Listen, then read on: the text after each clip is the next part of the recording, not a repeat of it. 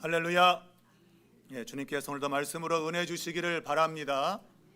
본문의 말씀을 가지고 붙잡는 것보다 놓는 것이 사는 길입니다 라는 제목으로 말씀을 나누겠습니다. 사람들은 솔로몬을 지혜의 왕이라고 부릅니다. 그 이유는 오늘 우리가 읽은 이 재판에서 그가 보여준 지혜 때문입니다. 그가 오늘 본문에서 보여준 그 지혜는 사람에게서는 나올 수 없는 그러한 지혜였습니다. 알고 나면 쉬운 건데 알기 전까지는 도무지 모르겠는 그런 거죠. 오늘 이 재판은 두 명의 창기가 살아있는 한 아이를 두고 서로 자기 아이라고 주장하는 데서 시작이 되고 있습니다. 오늘 이 창기가 이 본문에 등장하고 있는 것은 이것이 단순히 도덕적인 문제를 이야기하고자 함이 아닙니다. 성경 어디 본문에도 오늘 이 사건에서 도덕적으로 잘못되었다 이런 것은 나오지 않습니다. 우리 본문은 단지 오늘 이 재판을 진행하고 있는 이 왕이 누구냐, 어떤 사람인가 하는 것을 보여주기 위함이고, 그리고 살아있는 자기 아이를 찾는 그 어머니의 그 진정한 마음, 그것을 우리에게 드러내고자 함인 것입니다. 누가 진짜 엄마인가, 이것을 가려내는 것 매우 평범해 보이지만, 그러나 이 모습 가운데서 우리는 인생의 모습을 볼 수 있고, 어떻게 사는 것이 참 지혜를 가지고 세상을 사는 것인가 하는 것을 역설적인 모습에서 우리가 알 수 있게 됩니다. 세 가지로 생각해 보려고 합니다. 첫 번째는 제일 먼저 이 재판에 등장하는 두 어머니가 모두 창기였다고 하는 것입니다. 창기는 몸을 파는 창녀를 말합니다. 이 창기는 그 자체로 불행한 삶을 살아가는 사람들입니다. 성경에서 세리와 창녀는 그 사회에서 가장 비천한 그러한 그룹에 속한 사람이죠. 오늘 이 본문에 창기의 삶이 도덕적으로 어떻다 그런 건 전혀 말하고 있지 않습니다. 만일 일어나는 일에 어떤 도덕적인 유무, 죄의 유무를 찾는다면 아마 우리가 옛날 드라마에 있지만 포청천연한 거 보면 작두를 대령해라 그런 결론이 나와야 돼요. 이렇게 잘못된 걸 어거지로 주장하는 이런 사람을 작두로 다스려라 그래야 되는데 오늘 그런 내용이 나오지 않습니다. 단지 그 진짜 엄마에게 그 아이를 돌려주는 내용으로 끝이 나고 있어요. 그러므로 이것은 단순히 도덕적 문제를 다루는 것이 아닙니다. 오늘 이 두 명의 창기가 등장하고 있는 것은 인생이 얼마나 불행한 것인가 하는 것을 보여주고자 함인 것입니다. 말씀대로 이 창기는 그 사회에서 가장 비천한 사람들입니다. 오늘 여기 등장하고 있는 이 창기는 아버지 없이 아이를 키우고 있습니다. 이 둘 다 남편이 없어요. 남편이 없다는 얘기는 아이의 아버지가 없는 겁니다. 그러니까 아버지 없이 자라는 그 아이를 사랑하며 이 창기가 살고 있는데, 당시에 아버지가 없다고 하는 것 불행한 것이죠. 이것은 동시에 남편이 없는 것이고, 이것은 사회적으로 굉장히 어려움을 가지고 산다고 하는 것을 이야기를 해주고 있습니다. 또한 이들에게 어떤 문제가 발생을 해도 이 문제를 해결해 줄 만한 사람이 없다는 거예요. 오늘 본문에 보면 이 두 여자가 함께 집에 있었는데 우리 둘 외에는 집에 다른 사람이 없었다라고 말하고 있습니다. 이것은 한 여자가 지금 한 아이를 어떻게든 죽였는데, 이게 사고인지 우연인지 고인지는 모르지만, 물론 고인은 없겠죠. 정확히 알 수 없어요. 어떻게 죽었는지. 그 죽음의 사건을 이렇게 지금 추론해서 말하지만 실제로 이 아이가 깔려 죽었는지 그건 알 수 없습니다. 하여튼 죽었어요. 그런데 그 사건을 목격한 증인이 아무도 없어요. 1차적으로는 이 사건을 해결해 줄 만한 여지가 하나도 없어요. 뭔가. 또 한 가지는 여기서 아무도 없다는 얘기는 이 문제를 해결해 줄 만한, 자신들에게 도움을 줄 만한 사람이 없다는 것도 되는 것이죠. 내가 힘이 없으면 누군가가 힘 있는 사람이 나를 도와주고 또 재판도 대신 해주고 뭐 그럴 수 있는데 전혀 그럴 수 없는 상황인 것을 오늘 성경이 이야기를 하고 있습니다.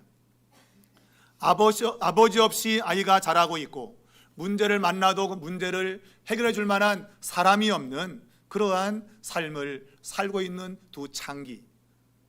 더군다나 보통 창기는 일반적인 도덕적 기준에서 굉장히 부정한 사람 아닙니까? 부도덕한 사람 아니겠습니까? 그런데 이 부도덕하다는 그 자체만도 정말 불행한데 오늘 이 내용 안에는 정말 자기 희생적인 사랑과 더불어서 자기 자식을 버리고 남의 자식을 강탈해오는 정말 인간 같지 않은 무자비한 잔인함을 드러내는 이런 내용이 대조가 되어 있어요. 자기를 희생하는 사랑과 희생은커녕 남의 것을 강탈해오는 이러한 무자비한 인간의 모습이 대조가 되고 있는데 이것이 창기에서 있었다고 하는 거예요. 창기 그 자체만도 참으로 불행한 인생인데 정말 인간이면 할 수 없는 그런 일이 벌어지고 있는 거예요.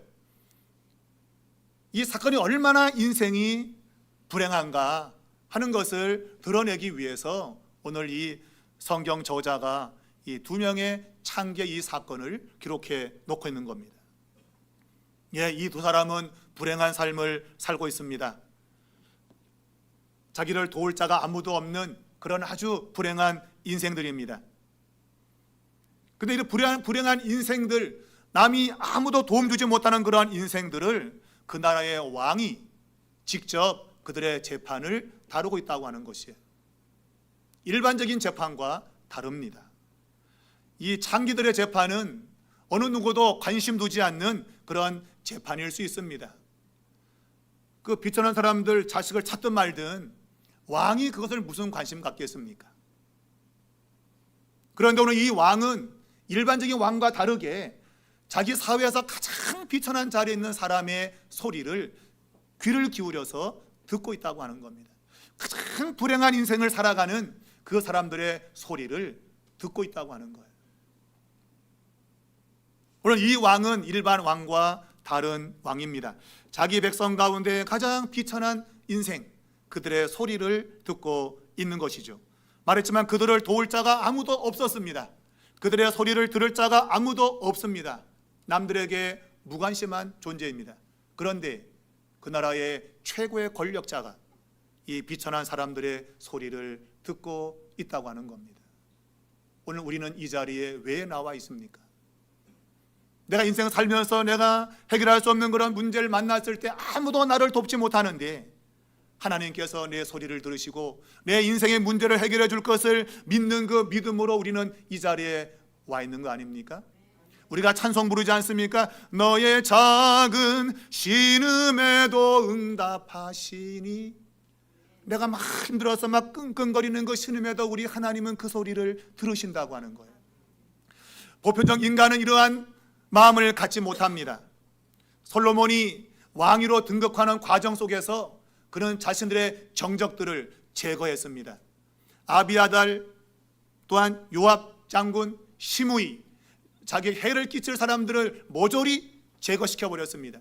그들이 어떤 입장인지, 그들이 왜 자기의 반대편에 섰는지 묻지 않습니다. 그냥 넌 나의 적이야 하고 다 제거시켜 버렸습니다. 오늘 그 왕과 오늘 본문에 등장하고 있는 창기의 소리에 귀를 기울이고 있는 이 왕은 전혀 다른 왕이에요. 같을 수가 없어요. 근데 왜 이렇게 다른 모습으로 나타나고 있는가? 바로 그것은 그가 기본에서 1000번째 제사를 드리고 하나님이 너 뭘 구할래? 내가 줄게. 뭘 줄까? 했을 때에 지혜를 구했는데 그 지혜는 다른 것이 아니라 듣는 마음을 달라고 했습니다. 듣는 마음, 내가 누군가의 소리를 들을 수 있는 마음, 그 소리는 일상적으로 들려오는 물리적인 소리가 아닙니다. 보이지 않는 소리, 내가 겉으로는 소리를 내지 않지만 내 내면에서 울려 나오는 그 소리를 들을 수 있는 그런 지혜를 달라고 하나님께 요구했던 거예요. 여러분이 창피해서 누군가의 말하지 못하는 것, 혼자 끙끙거리면서 앓는 그런 소리를 오늘 이 왕이 듣고 있는 거예요. 그게 이제 재판 가운데서 나타나고 있는 것입니다. 우리가 믿고 있는 우리의 주님은 우리의 작은 신음에도 응답하시는 분입니다. 세상은 여러분을 관심 갖지 않을지 모르겠어요. 배운 것도 없고 가진 것도 없고, 이야, 그럴 수 있지만 우리 주님은 여러분의 소리에 마음을 다해서 귀를 기울이십니다. 단지 듣는 것만이 아니라 그 문제를 해결해 줄 수 있는 능력을 가지고 계세요. 여러분, 이 자리에 잘 오셨습니다. 오늘 이 여인이 오늘 이 왕 앞에 나간 거 너무 잘한 겁니다. 내가 왕께 나갈 때 왕이 나를 거절하지 않을까? 아닙니다. 거절하지 않습니다. 여러분, 어떤 문제든지 가지고 주님께 나오시기 바랍니다. 여러분의 인생을 새롭게 하실 그 주님은 얼마든지 여러분의 소리를 듣고 여러분의 문제를 해결해 주실 줄로 믿습니다.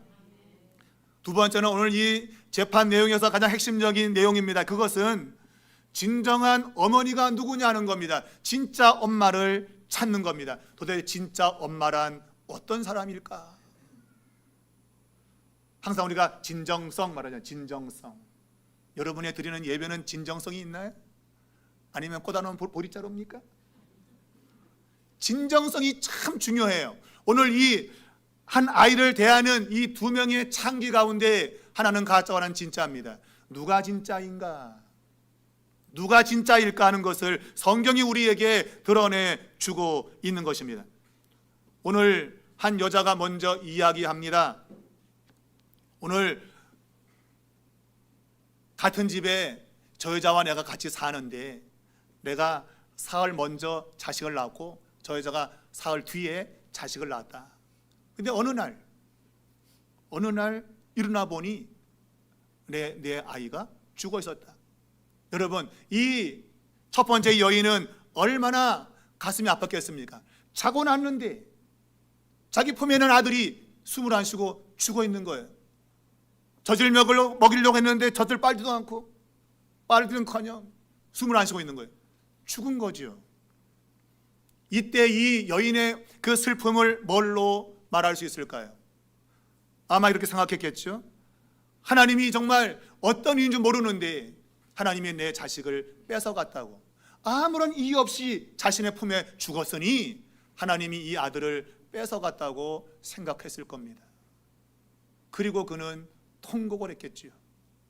하나님이 자식을 뺏은 것에서 반항할 수 없고 생명의 주인이 하나님이시니 그저 가져간 것에 대해서 그저 복종하며 울었을 것입니다. 그런데 곧 그는 놀라운 사실을 발견하게 됩니다. 자신의 품에 죽어있는 아이가 자신의 아이가 아니었다고 하는 거예요. 내 아이가 내 품에 죽은 줄 알고 하나님께 원망하지 않으면서 슬피 울었는데 그 울었던 아이가 자기의 자식이 아니라고 하는 사실이에요. 놀란 거죠. 그리고 옆에 있던 그 여자의 품에 있는 그 아이가 자신의 아이인 것을 발견을 하게 됩니다. 여러분, 오늘 이 어머니의 마음이 어땠을까요? 자식이 죽은 줄 알았는데 근데 죽은 게 아니고 살아있어요. 근데 살아있는 그 아이가 다른 여자의 품에 안겨있고, 그리고 그 여자가 이 자식은 내 자식이야 라고 주장하고 있는 겁니다. 여러분, 이 상황을 어떻게 말할 수 있을까요? 분명 저 아이가 내 아이인데 저 여자가 내 아이를 자기 아이라고 주장하고 있으니 답답하기 짝이 없겠죠. 여러분, 우리가 자식이 죽어도 그 자식을 함부로 버리겠습니까, 여러분? 근데 저 여자는 어떻게 죽었는지 나름대로 추론은 가지만 자다가 뒹굴러서 눌러갖고 죽였는지 하여튼 심증 가는데 물증은 없고, 어쨌거나 자기의 죽은 자식을 남의 품에다가 던져버리는 아주 비정한 어머니인 것이죠. 그것만 생각해도 막 소름이 끼치는데, 아유, 그렇게 한 것도 모자라서 남의 아이를 자기 품에 끌고 와가지고 내 새끼야 그렇게 외치는 그 여자의 모습을 보면 어떨까요, 여러분? 기가 막히겠죠. 저것이 인간이냐 사람이냐 짐승이냐, 아마 그런 생각을 가질 것입니다. 아무리 이야기해봐도 통하지 않는 이러한 상황이 된 것입니다. 그래서 사람들에게 재판을 요청을 했겠죠. 그런데 어느 누구도 이 일을 해결할 수 없습니다. 왜냐하면 그 사건을 목격한 증인이 아무도 없기 때문입니다. 그저 이 품에, 내 품에 이 아이가 있으니 내 거다. 예, 맞아요. 우리도 무허가 땅에 가도 축축 앉아 있으면 그 땅 내 거 됩니다, 여러분. 소유 저무권이죠. 소유 저무권. 그죠? 내가 먼저 주저앉으면 내게 되는 거예요. 오늘 내 품에 있는 아이, 결정적으로 이 아이는 누구 품에 있느냐? 내 품에 있다. 근데 그 아이가 이 진짜 엄마 아이인 증거가 없는 거예요. 증거를 할 수 없는 거예요. 그러니 당연히 이 재판은 모르겠어요. 요즘은 유전자 검사를 하면 금방 나올 텐데 판결할 수가 없는 겁니다. 증인도 없고 증거도 없고, 그래서 도무지 아무도 판결을 내리지 못하고 있는 그러한 상황이었던 겁니다. 이럴 때 오늘 왕에게 나간 겁니다. 왕은 그들을 물리치지 않았습니다. 제가 서두에 말했지만 이 왕은 백성들의 소리를 듣고자 했습니다. 그래서 이 차 저 차 그 차 해가지고 사정을 다 이야기했겠지요. 그런데 상대방 여자가 반박을 했습니다. 내 품에 있는 이 아이가 내 아이다. 그리고 죽은 아이가 저 옆에 있는 내 아이다. 반박을 했습니다. 이때 솔로몬이 다시 한번 그 내용을 언급하고 나서 칼을 가져오라고 했습니다. 아니 왜 뜬금포? 왜 갑자기 칼을 가져오는 거예요? 아니 재판하다 뭐 칼을 왜 갖고 와? 어느 누구도 이해하지 못했어요. 그러나 신하들은 왕이 가져오라 그러니 칼을 가져왔습니다. 거기는 어느 누구도 이 왕이 칼을 왜 가져오려는지 이해하는 사람이 없었을 것입니다. 그런데 칼을 가져온 후에 왕이 이야기합니다. 산 아이를 둘로 나누어 반은 이 여자에게 주고 반은 저 여자에게 주라고 했습니다. 이유인즉슨 진짜 엄마가 누군지 모르겠으니 서로 자기 거라고 우기니 반씩 공평하게 나누어줘라. 아주 지혜로운 판결입니다. 아주 지혜로운 판결입니다. 맞아요. 누가 주인인지 모르니 정확히 반을 갈라주는 것이 지혜로운 방법이 맞는 겁니다. 그런데 이 말을 듣는 순간에 진짜 엄마가 오늘 마음이 불붙는 것 같았다라고 되어 있어요. 우리 한글로는 마음이라고 되어 있지만 히브리 글자는 라하임이라고 하는 글자인데 이것은 라함이라고 하는 단어에서 온 복수형입니다. 단수가 라함이고 라하임은 복수입니다. 복수.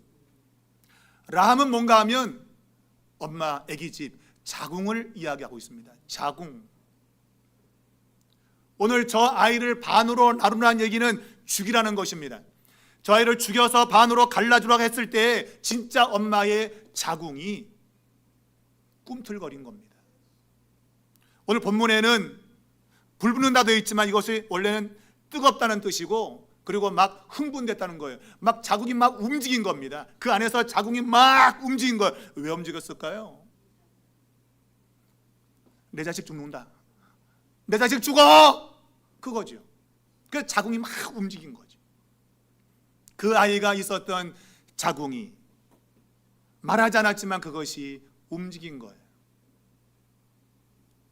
여러분, 그 자궁이 움직이는 소리를 저는 솔로몬이 들었다고 믿습니다. 진짜 엄마의 자궁이 움직이는 소리, 그 소리를 들은 거예요. 그 소리가 바로 이 엄마의 입에서 나온 것이죠. 여러분, 오늘 그 진짜 엄마는 이렇게 이야기했습니다. 내 주여, 산 아이를 그에게 주시고 아무쪼록 죽이지 마십시오. 죽이지 마십시오. 오늘 그 아이가 내 아이라고 지금 재판을 걸었습니다. 오늘 당연히 그 아이에 대한 모성애가 발동을 했습니다. 그런데 이 어머니는 지금 모성애의 요구와 더불어서 진짜 저 아이의 생명에 대한 요구 이 사이에 서 있는 겁니다. 나는 무엇을 선택해야 되는가? 나의 자궁은 꿈틀거리면서 이 아이에 대한 모성애가 발동을 해서 이 새끼는 내 새끼야 라고 찾아오고 싶은데, 그런데 그렇게 하면 결국 아이는 죽게 되는 것이죠. 아이는 반으로 갈라져서 죽게 됩니다. 말하자면 오늘 내가 가지고 있는 모든 걸 다 동원해서라도 정말 내 자식을 찾아야 되느냐, 아니면 단지 저 아이를 살려야 되느냐, 이 두 가지의 선택이 놓여 있는 겁니다. 진짜 엄마는 야, 넌 내 새끼 맞아, 내가 찾을 거야 하는 게 아니라 저 아이를 죽이지 마십시오. 근본적인 문제를 다루고 있는 거예요. 진짜 엄마는 자기 자식이 죽기를 원치 않는 겁니다. 비록 내 자식이 안 된다 할지라도 저 자식은 죽으면 안 됩니다. 이게 진짜 엄마인 거예요. 진정성은 여기에서 나타나는 겁니다. 그저 외형적으로 내가 자식이 있고 남들 보기에 그래도 뭐 희망 있는 것처럼 보이는 거, 그런 거 말고 진짜 생명을 얻는 그것을 이 진짜 어머니는 선택한 것이죠. 오늘 많은 사람들이 이것은 내가 붙들어야 돼 라고 생각하는 것들, 이거 놓치면 내가 살 수 없어 라고 하는 것들, 그걸 끝까지 붙잡으려고 하는 것들이 있지 않겠습니까? 이거 놓치면 내가 살 수 없어. 그런데 이 어머니는 정말 이거 놓치면 살 수 없어요. 내 아들이 안 되는 거예요. 그러나 이 어머니는 그걸 놓은 것이죠. 내 자식이 안 돼도 좋으니 제발 저 아이를 살려주십시오. 살려주십시오. 이게 여러분 근본적인 이유인 것입니다. 진짜 어머니의 근본적인 이유는 그 아이의 생명이었습니다. 여러분, 이 싸움이 왜 시작되었습니까? 바로 그것은 삶과 죽음의 문제였습니다. 누가 살아있느냐, 누가 죽어있느냐의 문제였어요. 자식이냐 자식이 아니냐의 문제는 아닙니다. 누가 죽어있느냐, 누가 살아있느냐, 그 문제였어요. 얘가 분명 내 자식인데 죽어있으면 그 자식이 무슨 소용이 있겠습니까? 그러나 이 자식이 내 자식이 아니어도 이 자식이 살아만 있다면 그것이 훨씬 더 좋은 것이에요. 그게 진짜 엄마의 마음이었던 겁니다. 그래서 그의 자궁이 꿈틀거린 겁니다. 저 아이의 생명을 살려야 된다고 하는. 오늘 우리의 곁에는 우리가 붙잡고 놓지 않는 것들이 있을 겁니다. 때로 그거는 물질일 수 있고 사람일 수 있습니다. 성경에 보면 부자 청년이 예수님께 영생을 얻는 방법을 알기 위해서 나왔는데 성경에 뭐라고 돼 있냐 했더니 간음하지 말라, 살인하지 말라, 이런 거 제가 다 지켰어요. 그냥 한 가지 부족한데 너 가지고 있는 모든 거 팔아서 나눠주고 나를 따르라. 그랬더니 그가 근심하며 돌아갔다고 했습니다. 그는 자기 자신이 뭔가 말씀을 지켰다고 했지만 마지막 자기가 붙잡고 있는 그 재물, 그것을 놓지 못했던 거예요. 그걸 놓고 주님을 따르면 영생이 오는 겁니다. 근데 그 붙잡은 것이 결국 그의 발목을 붙잡는 거죠. 영원한 생명으로 가는 길을 막고 있는 겁니다. 이것만 붙잡으면 내가 살 것 같은데 도리어 그는 영생을 잃어버리고 말았던 거예요. 때로 우리는 사람도 붙잡아 놓죠.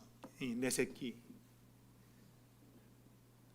오늘 내가 내 새끼를 붙들어주면서 도리어 더 많은 문제가 생겨요. 성경은 사람이 장성하며 부모를 떠나서 아내와 연합하여 한 몸이 되라고 말하고 있습니다. 때가 되면 떠나가야 됩니다. 근데 여전히 내 곁에 붙잡아 두고 있는 사람들이 있어요. 너 이리 와, 내 곁에 있어. 또 그것 때문에 더 어려움을 겪는 일도 많이 봐왔습니다. 여러분, 떠날 때는 떠나야 됩니다. 내가 걱정스럽지만 떠나고 나면 또 다른 방식이 그의 인생 가운데 있는 거예요. 내가 그 인생의 주인 돼서 내가 할 수 있는 것이 결코 아닙니다. 근데 우리는 이거 놓으면 내 새끼 잘못되는 거 아니야? 천만의 말씀이에요. 제가 김동원 목사님을 좋아하는 부분이 있는데 그분이 교회를 세습하는 문제를 한참 많이 이야기했을 때 자기 아버지가 했던 교회를 물려받는 건 물론 능력 있고 하는 건 좋은데, 근데 그런 걸 다 물려받으면 찬송을 부르지 못하는 찬송이 하나 있대요. 나는 갈 길 모르니. 이 찬송을 부를 수 없대요. 왜? 갈 길을 다 아는 거죠. 이미 다 정해 있는 거. 튼튼한 교회 담임으로 오는데 갈 길을 모를 리 있겠습니까? 다 아는 거죠. 정말 내 자식이 귀하다면 내가 있는 거 물려주지 말고 정말 그가 하나님이 역사하는 가운데서 하나님의 일을 해나갈 수 있도록 과감하게 던지라는 것이죠. 야, 나의 안전한 테두리에 돌아서 하지 말고 너 혼자 해봐. 맞아요, 여러분. 부모는 자식에게 모든 걸 주고 싶어하고 또 그것을 끌어당기고 싶어하고 그런 것이 있어요. 그러나 그곳에 하나님의 역사는 없는 겁니다. 내가 뭔가를 붙들고 내가 그것을 내가 놓으면 죽겠다고 하지만 실제로는 놓아야 사는 거예요. 오늘 이 엄마가 이 자식 놓을 수 있겠습니까, 여러분? 하나밖에 없는 내 생명의 연장체인데 놓을 수 있겠습니까? 그런데 놔야 되는 것이죠. 놔야 사는 겁니다.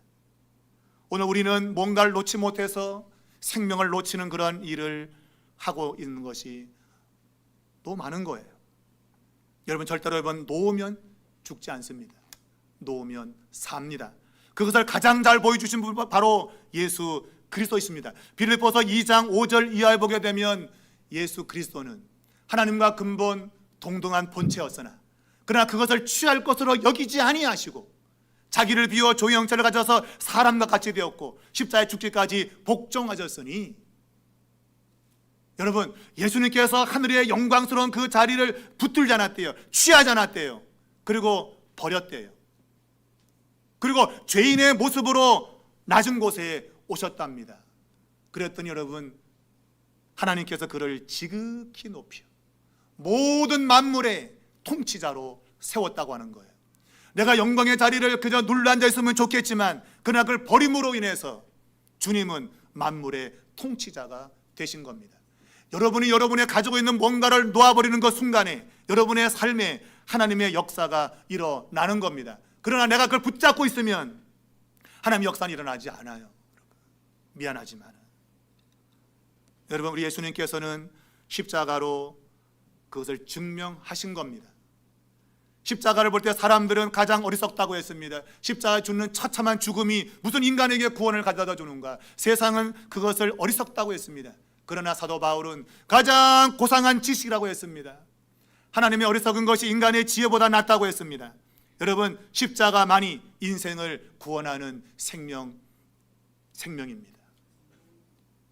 사람들이 그걸 모르기 때문에 오늘도 다른 갖가지 방식으로 생명을 얻으려고 붙잡으려고 애를 쓰고 있습니다. 그러나 결코 다른 방법으로는 생명을 얻을 수 없습니다. 모든 걸 다 내어버리고 오직 십자가를 붙드는 그 길, 나는 할 수 없습니다, 나를 부인하겠습니다 하는 그것만이 생명을 얻게 만드는 것입니다. 사랑하는 여러분, 여러분의 인생 가운데 아직까지 놓지 못한 게 있다면 오늘 이 순간 과감하게 놔보십시오. 하나님의 역사를 보게 될 것입니다. 오늘 이 어머니가 아들을 포기하면 아들을 잃어버리고 안 되겠다 생각했는데, 그런데 놀랍게도 아이가 살았고 자신의 품에 돌아오는 결과를 가져온 겁니다. 바로 이것이 십자가입니다. 여러분이 여러분 자신을 부인하고 십자가를 지고 죽음의 길로 간다면 그곳에 생명이 있다 그런 겁니다. 그런데 많은 사람들이 그렇게 안 삽니다. 십자가의 방식으로 죽지 않습니다. 여전히 내 방법, 내 고집대로 삽니다. 사랑하는 여러분, 여러분 자신을 부인하시고 포기하시고 십자가로 나아가십시오. 그곳에 생명이 있습니다. 마지막 세 번째는, 오늘 이 진짜 어머니를 분별했던 이 지혜는 인간의 지혜가 아닙니다. 하나님의 지혜입니다. 솔로몬은 단순히 역사적 한 인물만이 아닙니다. 이 솔로몬은 앞으로 오실 메시아의 예표적 인물입니다. 솔로몬의 그 지혜는 분별력과 공의를 가진 그러한 지혜였습니다. 우리가 이사야 11장 2절에 보면 여호와의 신이 임한 메시아는 바로 이러한 지혜와 총명이 충만했다고 했습니다. 그는 공평과 정의로 세상을 다스린다고 했고 보는 대로 판단하지 않고 듣는 대로 판단하지 않는다고 했습니다. 여러분, 세상은 다 보는 대로 판단합니다. 듣는 대로 판단합니다. 그러나 하나님의 지혜를 가진 사람은 보는 것으로 듣는 것으로 판단하지 않습니다. 보이지 않게 들려오는 소리를 듣습니다. 바로 그것은 하나님의 지혜를 가질 때만이 가능한 겁니다. 오늘 우리에게는 온통 많은 소리가 많이 들려옵니다. 그러나 그 많은 소리들은 우리에게 생명을 주지 못합니다. 그러나 하나님의 말씀으로 들려오는 그 소리는 우리에게 지혜를 줍니다. 골로새서 2장 3절에는 예수 그리스도 안에 모든 지혜와 지식의 보화가 그 안에 감추어져 있다고 했습니다. 여러분, 예수님 안에는 온갖 지혜가 다 들어있습니다. 내가 그분을 믿게 되어지면 그 지혜가 내게 오는 것입니다. 칼을 가져오라 했을 때 어느 누구도 이해 못했습니다. 왜 칼을 가져오지? 왜 칼을 가져와? 그러나 칼을 가져와서 그것을 반으로 잘라 나눠져 있을 때 이래서 칼이 필요했구나, 이해를 하게 되지요.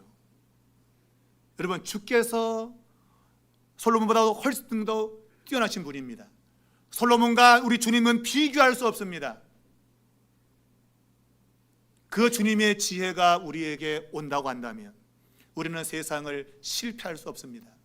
여러분, 솔로몬의 지혜만 해도 세상을 넉넉히 이기는데 주님의 지혜가 주어진다면 인생을 실패할 수 있겠습니까? 여러분, 오늘 솔로몬의 그 말은 이해되지 않지만 그 말은 진리였습니다. 칼을 가져와서 잘라야만 됩니다. 그래야만 진짜와 가짜를 구별할 수 있습니다. 오늘 내게 들려오는 하나님의 말씀을 여러분이 그대로 믿으셔야 됩니다. 이 말씀을 내게 왜 줬지? 이거 아닌 것 같은데? 여러분, 솔로몬보다 월등히 뛰어난 지혜를 가지신 예수님이 나의 삶을 다스리고 통치한다면 그분은 결코 우리에게 허튼 말을 하지 않을 겁니다. 그분의 말씀은 진리의 말씀이고 그 말씀은 지혜의 말씀입니다. 칼을 가져오라, 이것보다 월등히 뛰어난 내 인생을 새롭게 바꿀 만한 그런 말씀 외에는 주님이 주시지 않을 겁니다. 그것이 저는 제가 가져오는 믿음입니다. 제게 주는 말씀은 무엇이든지 그대로 될 줄로 믿는 그 믿음으로 삽니다. 여러분에게도 오늘 무슨 말씀을 주든지 그대로 받으십시오. 우리가 요한복음 2장에 보게 되면 가나 혼인잔치에서 포도주가 떨어졌을 때에 예수님 어머니가 마리아가 말했습니다. 종들에게 예수가 무엇을 말하든지 그대로 들으라. 그대로 들으라. 여러분, 물을 떠와서 부으라? 아니 왜 포도주는 안 사오고 왜 물을 갖다 부어? 이해가 되지 않지만 그의 말을 들으면 물이 변하여 포도주가 되는 역사가 있는 거예요. 근데 우리는 내 생각으로 사는 거죠. 포도주 사와야지 무슨 물을 갖다 채워. 아주 논리적이고 이성적이고 합리적으로 살아요. 그곳에는 하나님의 역사가 없는 거예요. 모든 게 다 준비된 상황에는 나는 갈 길 모르니, 이 찬송 못 불러요. 여러분. 내가 갈 길을 모를 때에 주께 내가 엎드려 기도하면 주님이 내 갈 길을 인도하시는데, 나는 갈 길을 모르지만 주님은 내 갈 길을 인도할 텐데, 오늘 사람들이 자신의 생각 의지하고 살려고 한다, 그 얘기죠. 여러분, 솔로몬의 지혜는 예수 그리스도의 지혜를 예표하고 있습니다. 주님의 지혜는 여러분의 인생을 보장합니다. 그럼 무엇을 말씀하든지 그대로 믿으시기 바랍니다. 말씀만 하시면 그대로 내가 듣겠나이다. 그런 신앙으로 산다면 여러분의 인생 뭐가 놓는 것 같지만 그러나 붙잡는, 마지막에는 영생을 붙잡는 그러한 삶이 이루어지게 될 줄로 믿습니다. 그러한 역사 일어나기를 주의 이름으로 축원합니다.